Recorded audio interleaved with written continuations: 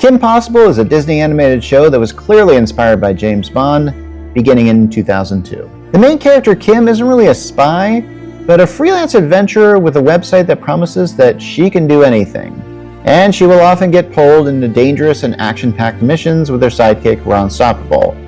Ron has his own sidekick, a naked mole rat named Rufus. Of course, these missions involve fighting somebody who's trying to take over the world, like her archenemy, Dr. Draken, who also has a sidekick, Shigo, with superpowers. Kim is aided by a young genius named Wade, who supplies her with all kinds of gadgetry, so he's kind of like Q.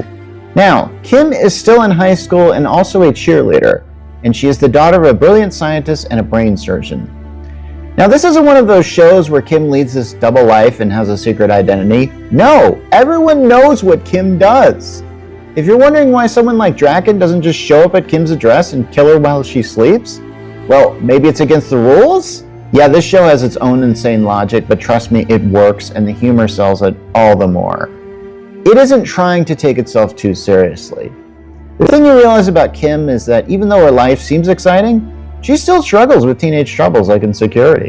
The animation of the show is somewhat minimalist, but a lot of the enemy layers that Kim infiltrates look a lot like something out of Spectre.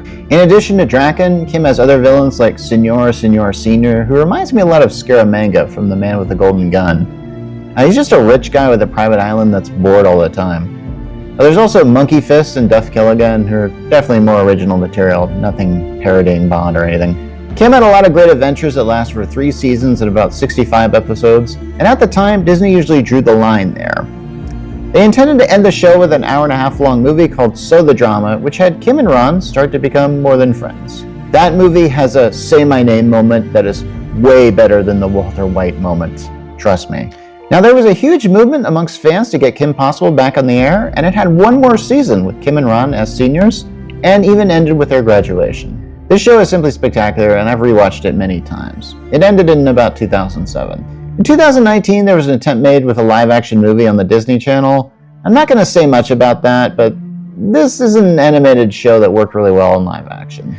I can't help but think that somehow Kim Possible in animated form will somehow be brought back, and I'm not certain if I would want that. I'm comfortable not knowing what happened to Kim and Ron after they reach adulthood, and yes, I do miss all these colorful characters, especially Draken and Shigo. So, did you ever watch Kim Possible? You miss it as much as I do?